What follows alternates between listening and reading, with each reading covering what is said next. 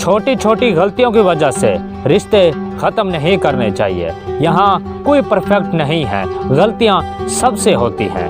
रिश्ते तो निभाए जाते हैं बहुत कुछ बर्दाश्त करके, बहुत कुछ दरगुजर करके।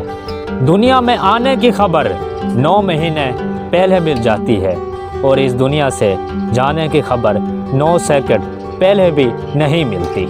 ज़िंदगी की मिसाल हम उस लूडो के दाने से ले सकते हैं। उम्मीद हमेशा 6 की होती है, लेकिन एक भी आए तो चलना पड़ता है।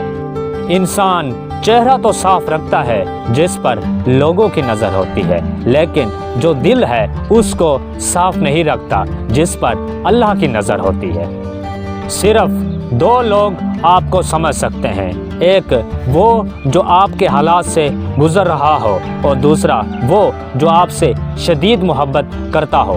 पर कभी कभी अल्लाह हमें परेशानियों में और उलझनों में रखता है। अल्लाह चाहता है कि हम उसकी तरफ जाएं, गिड़गिड़ाएं और अपने लिए सुकून मांगें।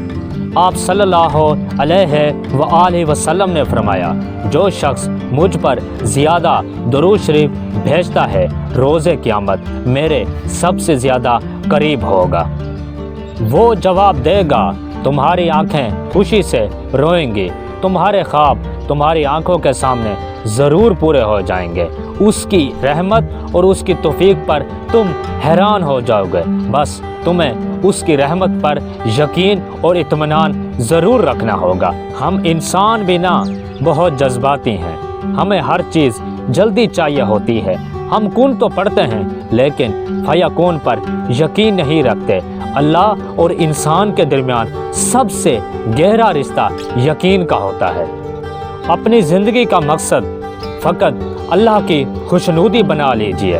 आप कभी नहीं टूट पाएंगे, न कभी बिखरेंगे और ना कभी हार पाएंगे।